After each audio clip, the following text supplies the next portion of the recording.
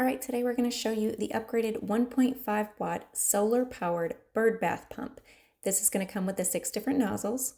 Again, this is solar powered for a water fountain, a pump for a bird bath, a garden, a pond, a pool, or as you can tell here, I have it in a lantern. So I don't have a hose hooked up. This is super simple. It's going to come to you. It's going to have the different nozzles that you can choose from. I simply filled a pot full of water, and this thing underneath it has this pump, and all it's doing is pushing the water up. As long as there's sun, because it's solar ran, it's going to create this fountain and that trickling of water sound. It's very peaceful. I love it in the front yard. I don't have to worry about the hose being in the way or being hooked up. And then if it starts to get low in water, I'll just refill it. Depending on the amount of sun you have as how high the fountain will actually shoot up. So as you can tell here, the fountain is going really, really high. That's because the sun is just full blast right now. But if we do get some clouds, it will slow down. We were sent this to test out, and I highly recommend it. I truly enjoy listening to it in my front patio.